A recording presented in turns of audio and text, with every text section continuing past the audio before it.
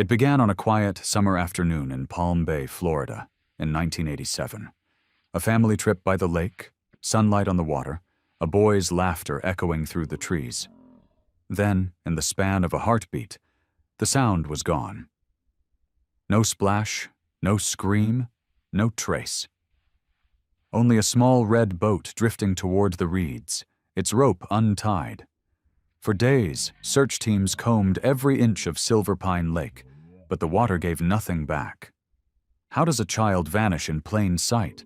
And where does the silence go when no one can explain it?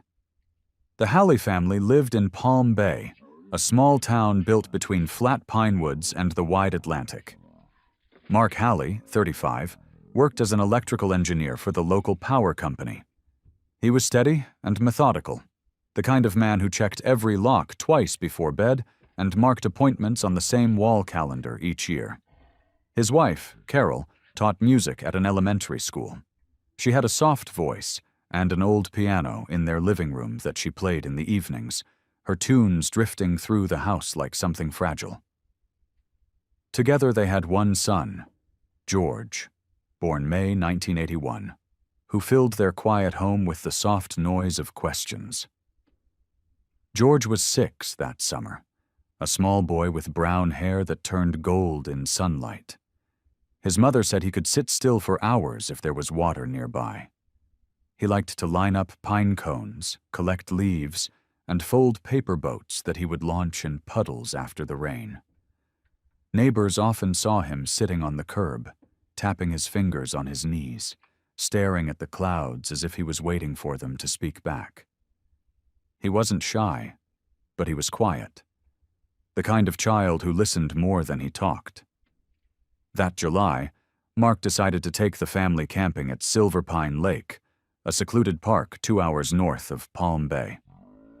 He wanted his son to see the lake he had visited as a boy, a lake surrounded by tall pines that gave it its name. It wasn't a tourist resort, just 20 camping spots, one small dock, and a gravel road that curved around the water. For families like the Halleys, it was a simple escape, cheap, close, and calm. They left early on Saturday morning, July 18, 1987. The weather was clear, around 88 degrees, with a steady southern wind. Carol packed sandwiches, a cooler of lemonade, and a small portable radio. George held tight to a red plastic boat, his new favorite thing.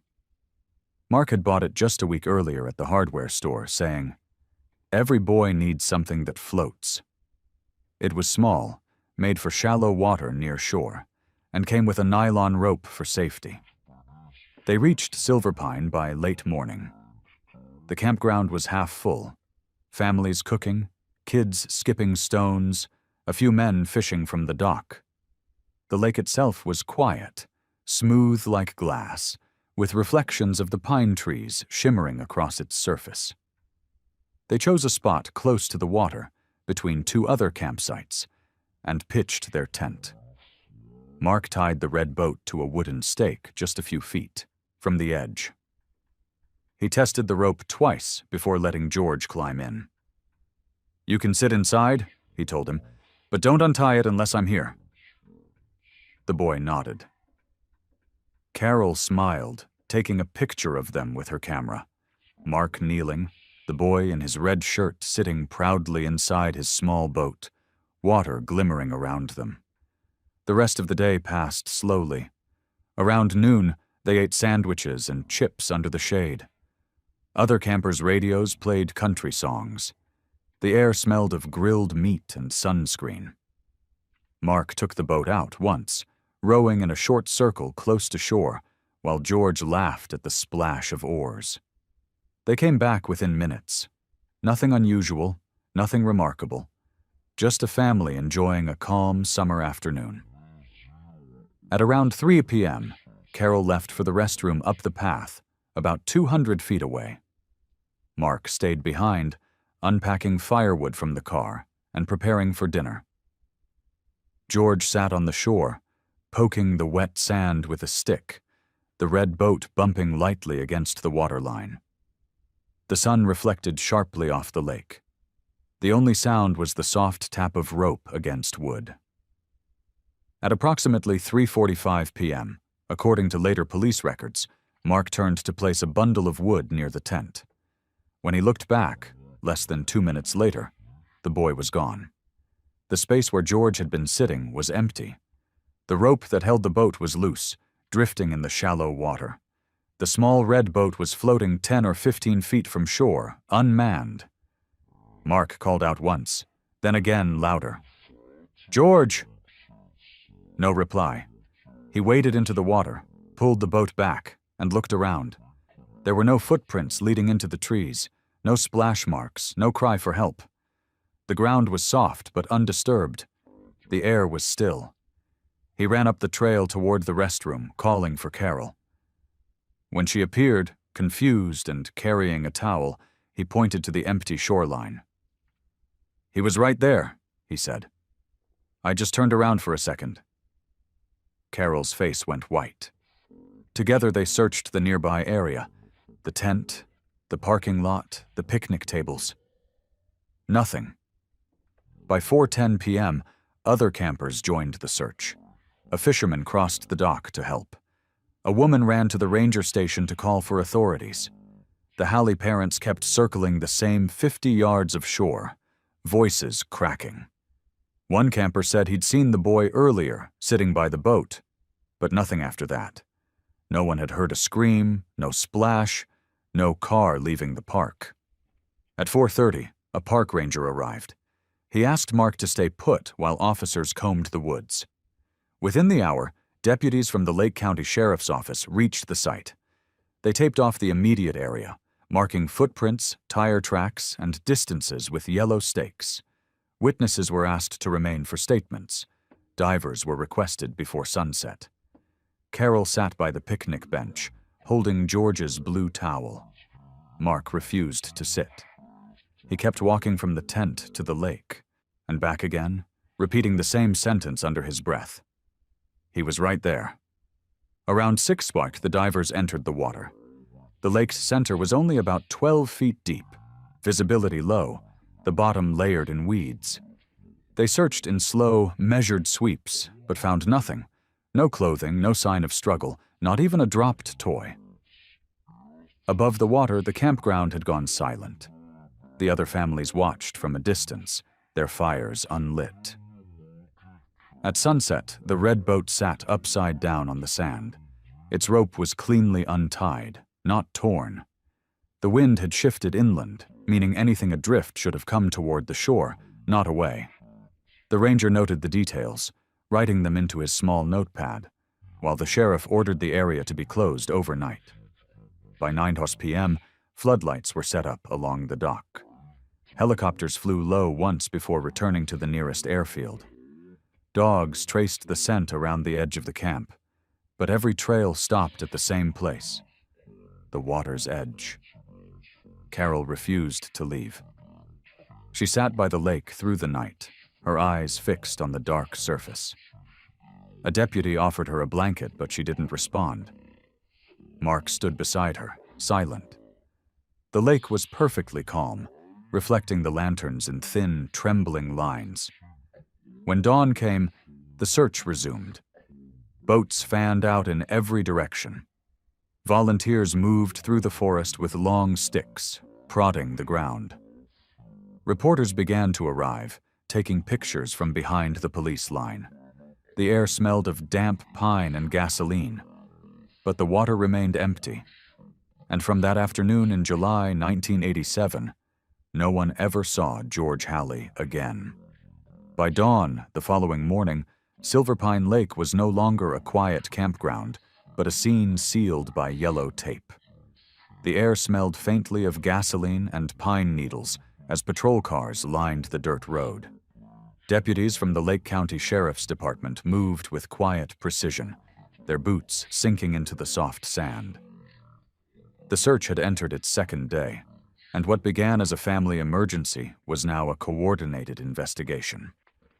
Sheriff Raymond Cole took charge, a man seasoned by years of missing person calls that almost always ended with recovery. But this one felt different from the start. he ordered a perimeter set up across the lake's eastern bank and assigned 2 officers to document the entire campsite. The tent, the picnic table, and the narrow strip of shore where the red plastic boat had been tied.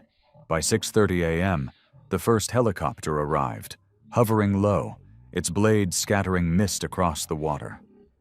On the ground, rescue divers suited up beside the dock, checking oxygen tanks and ropes. The sheriff watched silently, arms folded. The operation had drawn nearly 40 people: search and rescue teams, volunteer firefighters, and local rangers. Everyone believed the same thing at first: a simple accident, a small child lost beneath the water. But as the morning unfolded, the scene refused to fit that explanation. The area around the stake where the boat had been tied was examined carefully. No signs of struggle, no deep impressions in the sand, no drag marks suggesting the boy had slipped or been pulled in. The rope itself was dry and cleanly untied, the end slightly curled, as if released by hand rather than torn or cut. Technicians dusted for prints, but the only identifiable ones belonged to Mark Halley, the father. Divers entered the lake at 7:15. The water was clear for about 2 feet, then turned dark with mud and weeds. They moved in a slow arc pattern, marking off every 10 yards. On the surface, deputies followed their path from inflatable boats, watching for bubbles. After 2 hours, the divers came up empty. No clothing, no body, not even a sign of air pockets caught beneath branches. At the sheriff's request, the weather office in Orlando sent over the previous day's wind data. The report showed steady gusts from the south, blowing toward the shore. That single detail changed everything. If George had fallen into the lake, his body, and the small red boat, should have drifted closer to land, not farther away. The logic didn't hold. Something else had to explain why the boy and the boat had separated. By mid-morning, the press began to arrive. Local news vans parked along the dirt road, reporters standing behind police lines with microphones and bright smiles that didn't match the mood. They called it a tragic accident at Silverpine Lake, their voices carrying through the trees. The sheriff gave one statement only. The child was missing, the search was active, and all leads were being followed. Inside the command tent, detectives questioned the Halleys separately. Mark's answers were measured, his tone flat from exhaustion. He repeated the same timeline: how George had been sitting by the water, how he had turned to stack firewood, and how the boat had drifted away. Carol's voice shook as she spoke, but her account matched her husband's in every essential detail. The investigators found no inconsistencies, no sign of deceit, no motive that could point inward. After the interviews, Carol was escorted back to a temporary rest area where paramedics gave her water. She kept her eyes fixed on the lake the whole time, whispering her son's name like a prayer. Around noon, a new team of rescuers arrived with additional equipment. The sheriff authorized the use of sonar imaging to scan deeper sections of the lake. The machines were old and imprecise, but even their fuzzy outlines showed no large objects beneath the surface. "If he's down there," one operator said quietly, "we'd see something." The search expanded outward. Deputies walked the surrounding woods, checking underbrush, drainage ditches, and animal dens. They examined every vehicle that had left the campground the previous day. Not one witness reported seeing a stranger, a child running off, or a vehicle departing in haste. The case, for the moment, had no direction. By the afternoon, the sheriff gathered his core team under the shade of a pine tree. "We've got nothing," one detective admitted. "Not a footprint past the waterline, not a scrap of fabric, nothing floating." Cole rubbed his chin and stared out at the lake. "Then he didn't walk away," he said, "and the lake didn't take him. So where is he?" It was a question no one could answer. The only tangible piece of evidence, the red plastic boat, was tagged and photographed. Its hull bore faint scratches from rocks near the shore, but no signs of damage. The seat was dry, which suggested it hadn't capsized.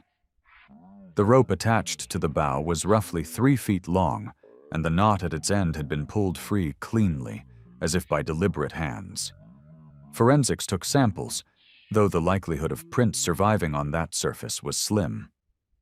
As daylight faded, the operation slowed. Deputies remained stationed along the shoreline, lanterns ready for the night shift. A soft breeze rustled through the trees, carrying the faint sound of frogs from the far bank. The water itself looked harmless, smooth, quiet, indifferent. The sheriff gave his final instructions for the evening. "We'll keep the divers ready until midnight," he said. "After that, we scale down until sunrise." He paused before walking back toward his car. "Keep eyes on the parents. They're the only ones who saw him last." That night, reporters broadcast live from the road outside the park. Their stories painted the same picture: a 6-year-old boy presumed drowned while playing near the water. It was the simplest version, and perhaps the one the public wanted to believe. But in the sheriff's office, the working theory was less certain. The following morning, July 20th, deputies reviewed all reports. Weather confirmed calm conditions. No storms, no currents strong enough to pull anything into the center of the lake. The case file filled with notes that contradicted one another. Too few signs for a kidnapping. Too clean for an accident. At 9 a.m., Sheriff Cole signed the temporary classification himself. Accidental drowning. Body not recovered. It was, for the record, a placeholder. He closed the folder and looked once more at the photograph clipped to the inside cover. A boy with brown hair, squinting in the sun, holding a red plastic boat. The official search would continue for several more days.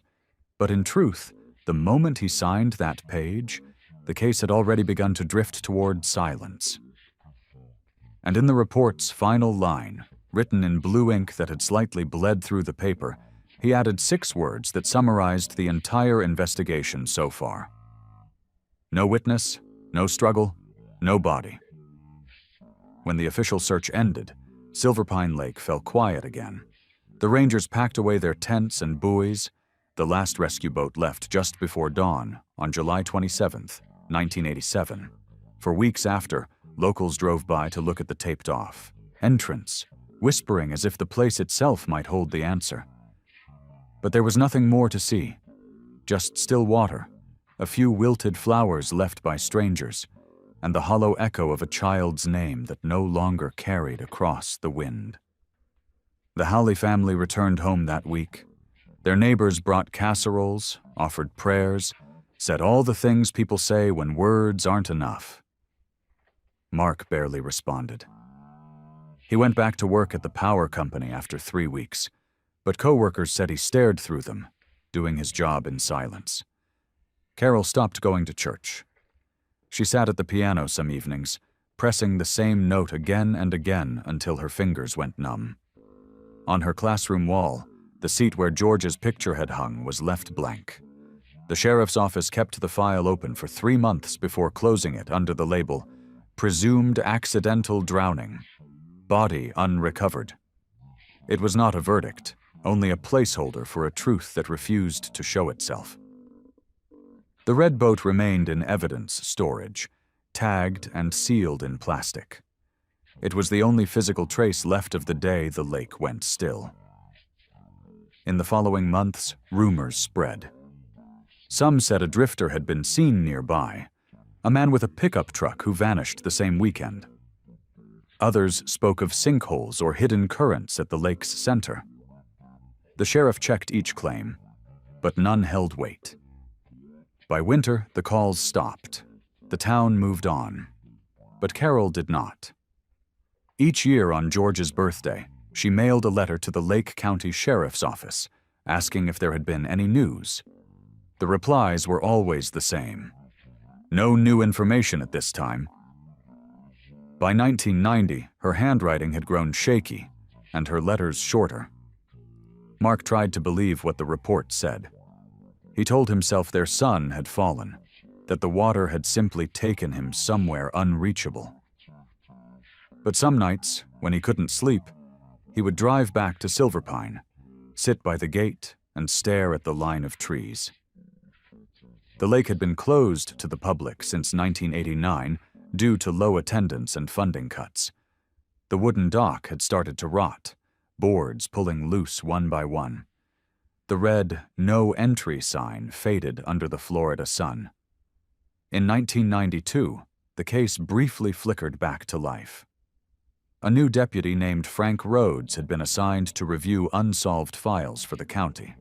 He reopened the Silverpine folder after finding it listed under unresolved child disappearances. He drove to the lake with a partner, surveying the area where the Halley campsite had once been. The dock was gone, replaced by weeds. That same week, a local hunter reported finding small barefoot prints along a creek bed about 15 miles north of Silverpine. The deputy followed up immediately, comparing the impressions to photos of George's shoes from the old file. The prints matched a child's size, but not his stride or age. They belonged to a local boy who had wandered off during a camping trip. Another false lead. Deputy Rhodes made one final note before closing the folder again. Case inconclusive. No evidence of death or abduction. Recommend retention in active cold file.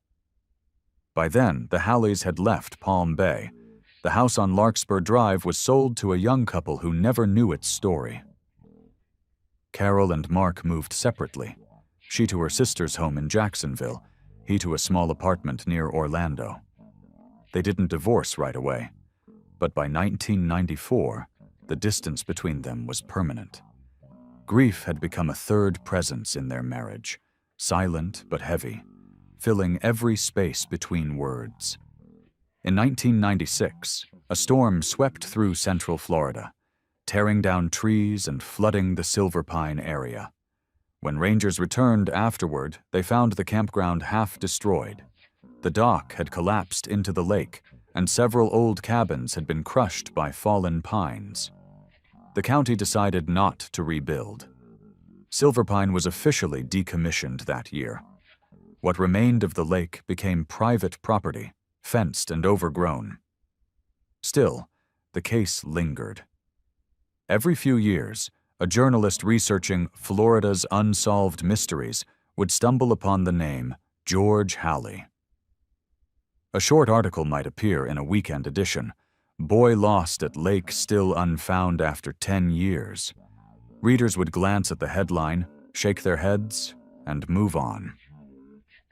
The world had plenty of mysteries. This was just one more that refused to resolve itself. In the archives of the sheriff's office, the evidence box sat untouched on a metal shelf. Inside, the red boat, the rope coiled neatly, a plastic bag containing a few grains of sand. The note attached to the file read simply, "Do not destroy." The year 2000 came quietly. Technology was changing. Florida's small departments began converting records to digital form. Old missing person files were scanned, cataloged, and stored in statewide databases. When the Silverpine case was uploaded, it was automatically linked to the National Center for Missing and Exploited Children. A black and white photo of George's 6-year-old face appeared in their archives, later converted into an age progression sketch, a digital approximation of what he might look like at 20. The artist's rendering, while skillful, was distant and uncertain. It showed a young man with the same eyes but an older expression, caught somewhere between life and memory. Carol saw it once on a news segment and turned the TV off before it finished. For detectives, the file remained what it had always been, a question without an answer. The data was too clean, the scene too calm. If it had been a kidnapping, there should have been tracks or witnesses. If it was a drowning, there should have been a body. And yet there was nothing. No trace of life, no sign of death, only absence. Some investigators whispered over the years that the boy had been taken by someone familiar, someone who knew the routine, who had been close enough to untie the rope and slip away, unnoticed. But there was never a name, never a suspect, never even a theory that could hold under scrutiny. By 2004, 17 years had passed. Sheriff Cole had long since retired, his hair turned white. The file he once kept on his desk had been transferred to the cold case cabinet, stored alphabetically among dozens of others. Once a year, interns reviewed it as part of a training exercise. They'd read the timeline, shake their heads at the lack of leads, and move on. To them, the story belonged to another time. A time before surveillance cameras, before databases, before the word closure became a demand instead of a wish. In Palm Bay, few remembered the Halley name anymore. The lake itself had become private property, its edges fenced off by the new owners. Locals who drove past at night swore they could still see the faint glow of lanterns across the water, the ghost of the search that never found what it was looking for.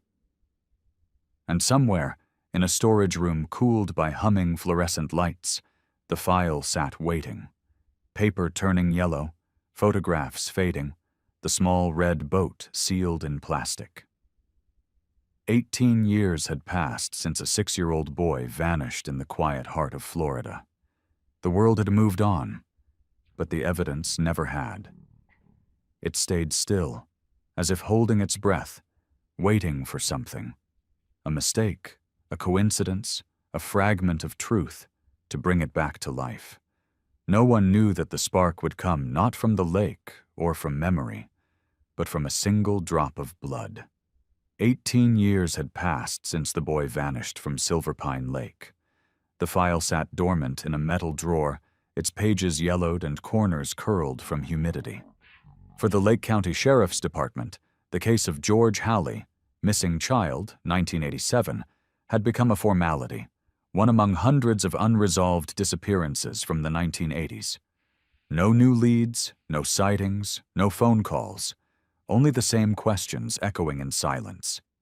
But in March of 2005, more than 800 miles away, a quiet chain of events began that would draw the name George Halley back into the light. It started at a blood drive in Columbus, Ohio. A software engineer named Michael Avery, 24 years old, stood in line with his co-workers in the lobby of a technology firm. It was a company-wide event. Free t-shirts, snacks, and a photo on the office bulletin board for everyone who donated. Michael signed his name, rolled up his sleeve, and joked with the nurse about being afraid of needles. The process took 15 minutes. He drank orange juice, took a cookie, and went back to his desk. The blood drive ended by noon. Boxes of samples were sent to a regional processing center where, as part of standard procedure, donor DNA profiles were temporarily logged into a federal cross-check system, the Combined DNA Index System, or CODIS. The purpose was medical and logistical, not investigative, but sometimes the system recognized a pattern it wasn't designed to find. That night, computer flagged a match, a near-perfect genetic alignment between the new donor sample and an archived DNA profile from the National Missing Children database. The file had been dormant for years, attached to the name of a 6-year-old boy last seen in Palm Bay, Florida, in 1987. The system labeled it full match probability, identical. At first, the technician assumed it was a clerical error. Old data, degraded samples, mismatched records, such things happened often enough. She reran the analysis twice. The same result appeared both times. She contacted her supervisor, who contacted the Florida Department of Law Enforcement. Within 48 hours, the Lake County Sheriff's Office received a formal notice. DNA match, possible identification of missing person, George Halley. The sheriff on duty that spring was not Raymond Cole, but a younger man named Daniel Ruiz, who had taken over the department after Cole's retirement. Ruiz had been a rookie deputy in 1987. He remembered the lake, the red boat, the empty shoreline. The message landed on his desk like a ghost from another life. He read it twice before calling the state lab. The voice on the other end confirmed the finding. The probability of error was less than 1 in a billion. Michael Avery, age 24, was a genetic match to the missing child last seen 18 years earlier. At first, Ruiz didn't know how to feel. The name meant nothing, but the number, the year, brought everything back. The searchlights on the lake, the mother's screams, the unanswered questions. He reactivated the old file, called the evidence room, and requested the sealed samples from 1987.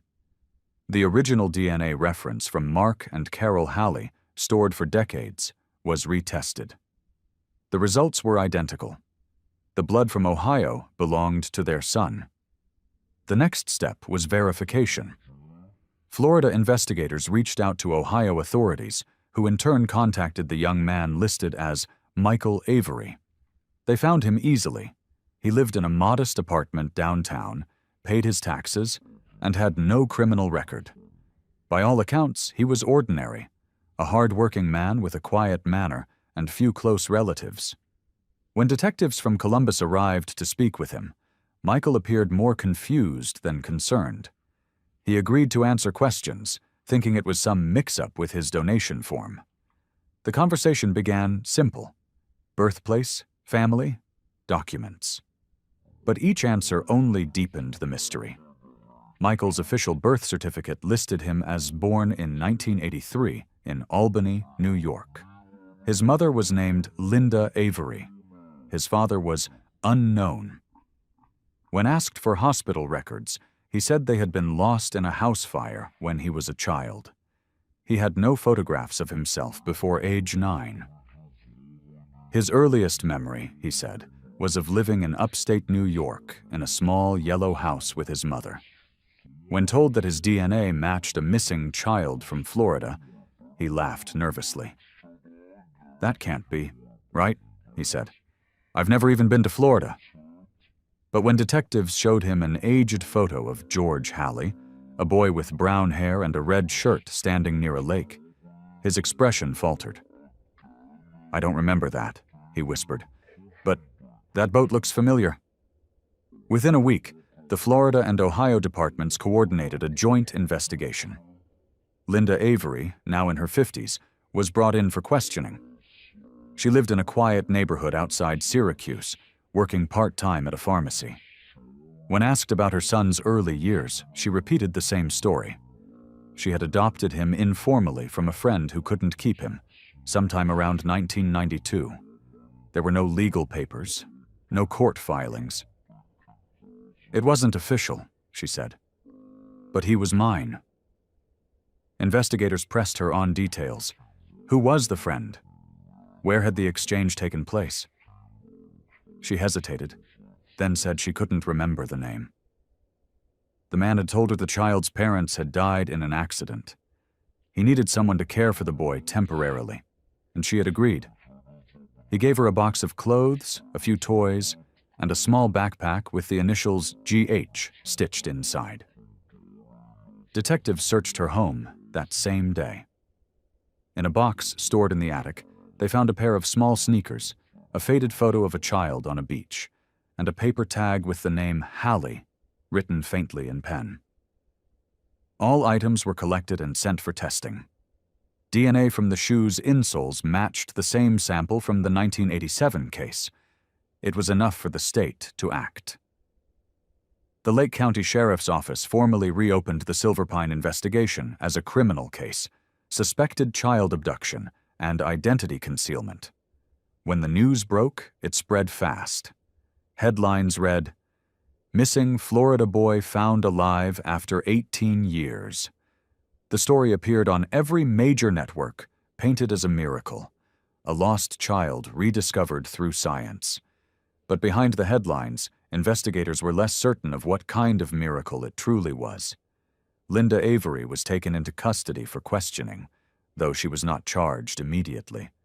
Michael, meanwhile, was left reeling. He spent hours with detectives, trying to recall anything from before New York, any scent, sound, or image. The only thing he could remember, he said, was water. "Sometimes I dream I'm sitting in a boat," he told them. "There's sunlight on the water. Then it goes quiet." In Florida, Sheriff Ruiz met with Mark and Carol Halley for the first time in nearly 2 decades. They were older, fragile, their hair gone gray. When he told them the news, Carol pressed her hand to her mouth. Mark asked only one question. "Are you sure?" Ruiz nodded. 100%. That night, the sheriff opened the old evidence box for the first time in years.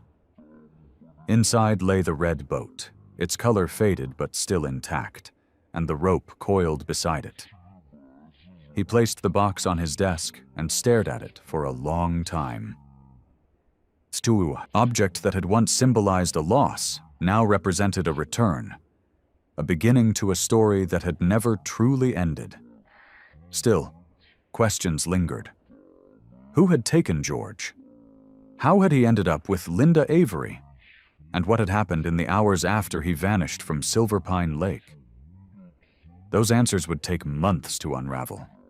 But for the first time since 1987, the case was alive again. The boy who vanished had a name, a face, and, somewhere in his blood, the truth that refused to stay buried.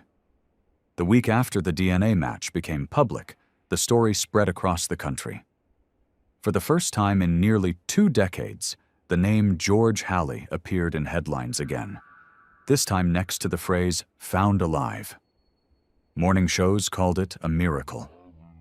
Talk radio hosts debated the science. But in the Lake County Sheriff's Office, the excitement faded fast. The truth was only beginning to surface, and it was heavier than the story the world wanted to hear. Detectives from Florida and Ohio formed a joint task force. Their focus was simple on paper, but nearly impossible in practice. Reconstruct 18 missing years from nothing but fragments. At the center of it all was Michael Avery, an adult who had lived an entire life under a name that wasn't his, carrying memories that didn't line up with his birth records. When the investigators asked for details about his early life, Michael struggled. His first clear memory, he said, was sitting in a kitchen with yellow walls, the smell of salt and something burning. A woman's voice calling him Mikey, a window with condensation running down the glass. "I always thought that was just childhood," he said quietly. "Now I don't know if it was even mine." The woman he called Mother, Linda Avery, was held for further questioning. She refused a lawyer at first, confident that her story, an informal adoption, no paperwork, no harm, would clear her name. She repeated that a man had approached her in 1992, saying he needed someone to care for a child whose parents had died. "He looked like someone from the military," she said. "Short hair, calm, polite. I thought he was doing something good." Detectives pressed her for a name. She hesitated, then said she remembered only Frank. No last name, no phone number, just a meeting near a gas station outside Jacksonville. He gave her a box of clothes, told her to call the boy Michael, and left. She claimed she never saw him again. To most detectives, that story sounded rehearsed, but Ruiz and his team didn't dismiss it outright. They began searching records from the early 1990s for any man fitting that vague description. Ex-military, transient, no fixed address. It was like chasing a shadow, until an old employment file surfaced from a construction company near Ocala. The name on it, Frank Dalton. The job record was brief. 3 months in 1987. Then nothing. No tax filings, no Social Security updates, no trace after that year. The year George disappeared. Detectives pulled Dalton's personnel file. The attached photo showed a man in his 30s with short brown hair and a scar over his right eyebrow. His address at the time placed him less than 30 miles from Silver Pine Lake. That name reappeared 2 years later in a Jacksonville rental log. Paid in cash, 1 occupant, no forwarding address. The handwriting on the form, when compared with the note found inside Linda Avery's attic box, matched perfectly. The loop of the F, the slant of the T. For investigators, the pattern was undeniable. Whoever Frank Dalton was, he had taken the boy from Florida and handed him to Linda Avery 5 years later. The gap between 1987 and 1992 was still missing, but the outline of a deliberate abduction had begun to take shape. When confronted with the evidence, Linda's composure cracked. She admitted that Frank had visited her twice after the adoption, once in 1994 and again in 1996. "He came to see how we were doing," she said.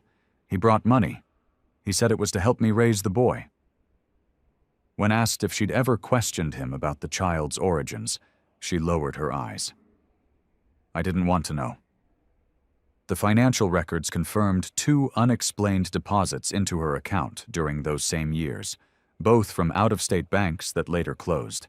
Each deposit was just under $5,000. Ruiz added a note to the report. "Payments consistent with ongoing concealment agreement, subject likely aware of abduction status." Meanwhile, Michael's life began to crumble under the weight of truth. He had been working at his company for 3 years when the news broke, but after the headlines, co-workers avoided him. Some looked at him with pity, others with suspicion. Reporters camped outside his apartment. His employer quietly placed him on leave. Every part of his identity, name, degree, birth certificate, was suddenly in question. When investigators asked if he wanted to meet the Halleys, he didn't answer right away. "I don't know who I am," he said finally. "What if I'm not who they remember?" In Florida, the reunion was being prepared carefully. Mark and Carol Halley had agreed to cooperate with law enforcement's psychological team before any meeting. They were warned that the man they would meet was not the child they had lost. His memories were gone. His life had followed a different path. "You have to meet him as he is," a counselor told them, "not as he was." While that process unfolded, investigators in Jacksonville searched old properties linked to the suspect, Frank Dalton. One in particular drew attention: a rented cabin near the Suwannee River. The lease was dated 1987, 4 months after George's disappearance. When detectives visited the site, now abandoned and swallowed by weeds, they found remnants of children's clothing in the crawl space beneath the floorboards. One piece stood out: a small red sneaker, preserved by the damp soil. The rubber sole had initials scratched faintly into it: GH. The shoe was tested at the state lab. DNA extracted from the inner lining matched both the Halley samples and the profile from the Ohio donor. The evidence was irrefutable. George had been there. Linda Avery's demeanor changed after that. In a final interview, she admitted that Frank had hinted the child wasn't supposed to be found. When she asked what he meant, he told her not to ask questions, that he was protecting the boy from something. She claimed she believed him. "He seemed kind," she said softly. "He said the boy was better off." The investigators didn't believe the kindness. What they saw was a quiet network of lies that had stretched nearly 2 decades. One person to take, another to hide, and an innocent child caught in the middle. But there was still no sign of Frank Dalton himself. Fingerprints from the cabin returned no match in any federal database. His name appeared nowhere after 1996. Some believed he had died. Others suspected he had simply vanished into another name, another state, another story. When the authorities finally arranged the meeting between Michael and the Halleys, it took place in a closed conference room at the sheriff's office in Lake County. No cameras, no reporters, Just 3 people, and a silence that seemed to fill every corner. Carol entered first, her hands trembling. Mark followed, stiff and pale. Across the table sat the man who, by every test and record, was their son. He stood slowly, uncertain, as if afraid that moving too quickly might shatter something invisible between them. For a long time, no one spoke. Then Carol reached out and touched his arm. "You have his eyes," she whispered. Michael swallowed hard, his voice low. "I don't remember," he said. She nodded. "It's all right. You're here now." The reunion didn't end in tears or grand gestures. It ended in quiet, the kind that only comes when truth arrives too late to feel like a victory. The police called it a resolution. The Halleys called it a beginning. Michael wasn't sure what to call it at all. That night, Sheriff Ruiz reopened the evidence log one last time. He wrote a single line before closing the folder. The boy from the lake was never lost. He was just living under another name. But in the empty spaces of the report, unanswered questions still waited. Who had Frank Dalton really been? Why had he taken George? And why had he let him live? Those answers, Ruiz knew, would not come easily. Because sometimes, the people who vanish aren't the only ones who disappear. By late 2005, the Halley case had shifted from miracle to mystery once more. The country had moved on to the next headline. But in Lake County, investigators were still piecing together the final fragments of what had happened to George Halley, now Michael Avery, after his disappearance. The arrest of Linda Avery had led to a flood of records, interviews, and speculation. Yet one name still anchored every report like a dark weight: Frank Dalton. He had vanished without a trace. No confirmed sightings, no fingerprints in the system, no tax record or driver's license renewal.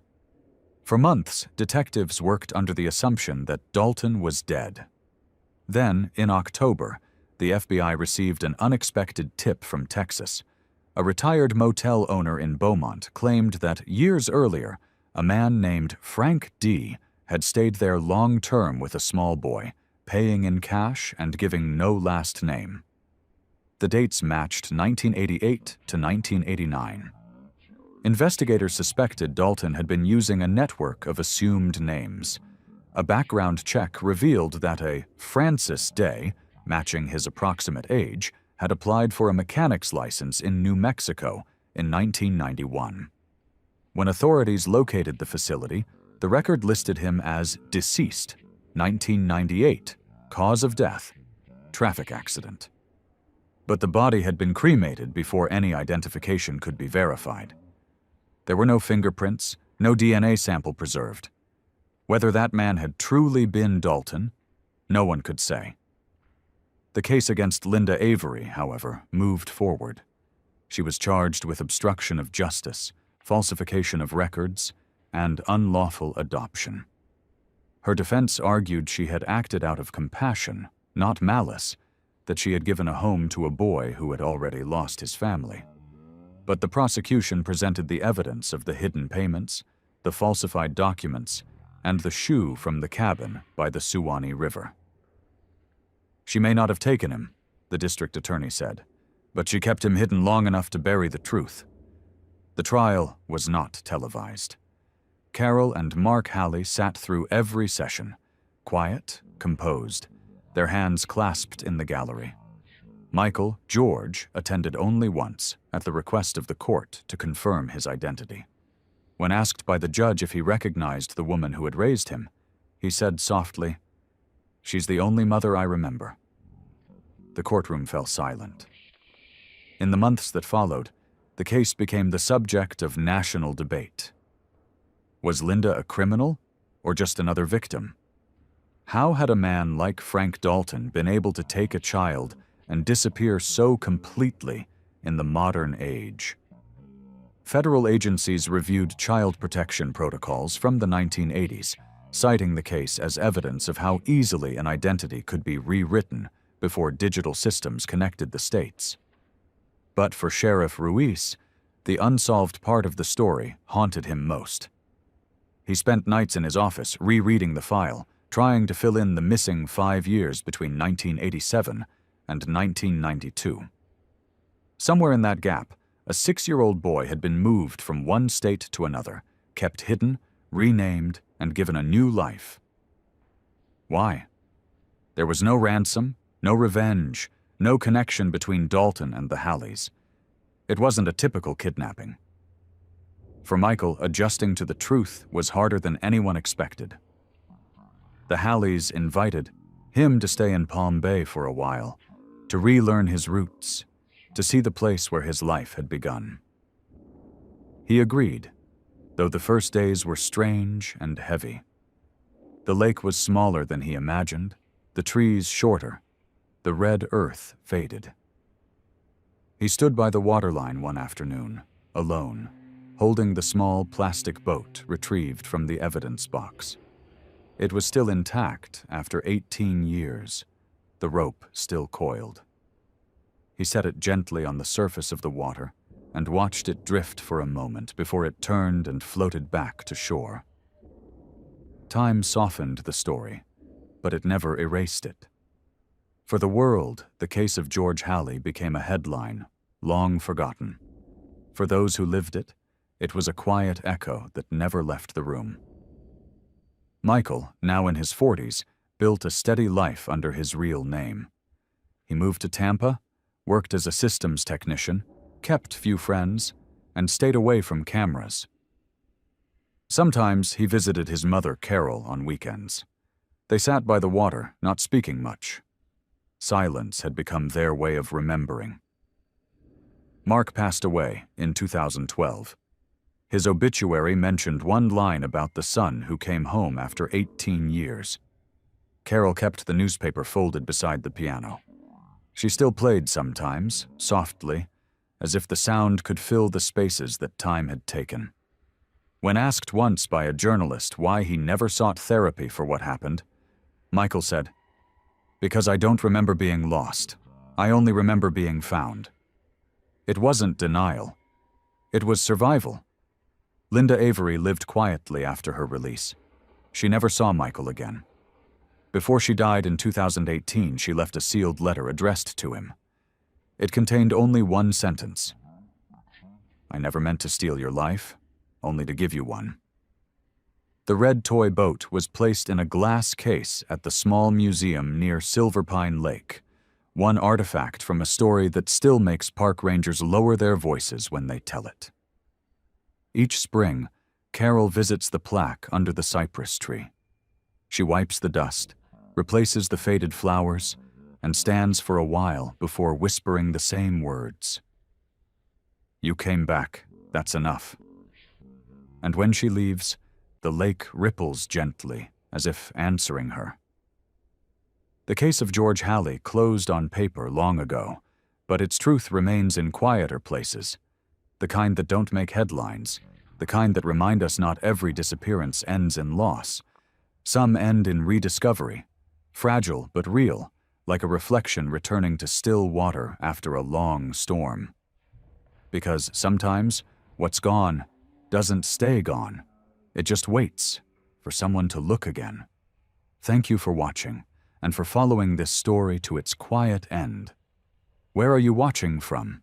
If case move you, stories of loss, rediscovery, and the strange ways truth finds its way back, then please subscribe to the channel, leave a comment, and share this video.